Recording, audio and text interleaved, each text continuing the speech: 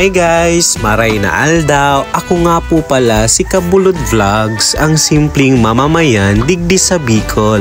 Samahan nyo ako mga kabukid sa aking ganap ngayong araw. So for today's mini vlog ay magtatapyas tayo ng kahoy kasi marami ng sangang nakapulupot sa atop para malinis at maliwanag ang aking Encantadia. Kaya samahan nyo ako mga kabukid magtapyas sa palibot sa aking Encantadia. Dito ganiho mga kabukid, sinimulan ko na ang pagtitigbas. Ito nga po pala mga kabukid na pinuputol ko ay isa po siyang uri ng kahoy. Ang kahoy na likot, baluktot, hutukin habang malambot kung lumaki at tumayog, mahirap na ang paghutok. Dito nga po mga kabukid, habang nagtitigbas ako ng kahoy ay may naramdaman akong kakaibang dumampi sa aking katawan.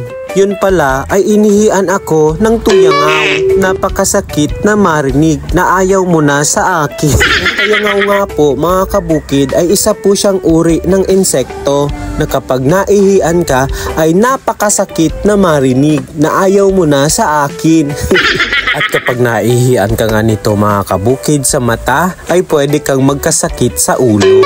So nga ni po mga kabukid ay masayang, so sa tuyang mga tinarapyas na kahoy ay gigibunta po siya mga kabukid na taldok para ipangkudal. O kaya mga kabukid ipapabakal ko po siya 500 per piece. Charet! Digdingani po mga kabukid, suminakat na si kabukid. Kung sa sarakatan man sa nakabukid day kamo sa kuya matagal tamay lahing ukay si kabukid. Kaya sumay mga manyug dyan na nawaran kilumbod, aram na nindo kung sisay ang salarin. Digdingani po mga kabukid, nahaloy digdi si kabukid magparatigbas ta grabing tagas kang kahoy. Kung sintigas lang sana ng kahoy ang salitang mahal kita, sarap sigurong ihampa sa mga taong di nakakadama. Charet! Hugot yarn! Bakla man ako sa inyong paningin, nakakabuntis pa rin. Digdingani po mga kabukid, maray tangani taday na umpagan sa tuyang silponis. Ay, wara na ko ta si kabukid na silpon. So ayun ngani po mga kabukid, nagkaharali na digdi sa sanga.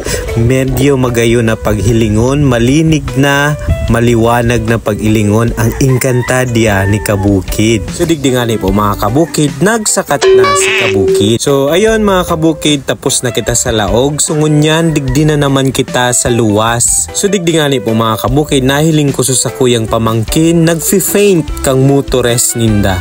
So digdingani po mga kabukid, ni una si kabukid sa luwas naman matapyas kang mga kahoy. So after digdi tapos na, bye. Kaya kita mga kabukid, dawa na didipisilan kita sa urual daw na paghahanap buhay ta, day kita magsuko.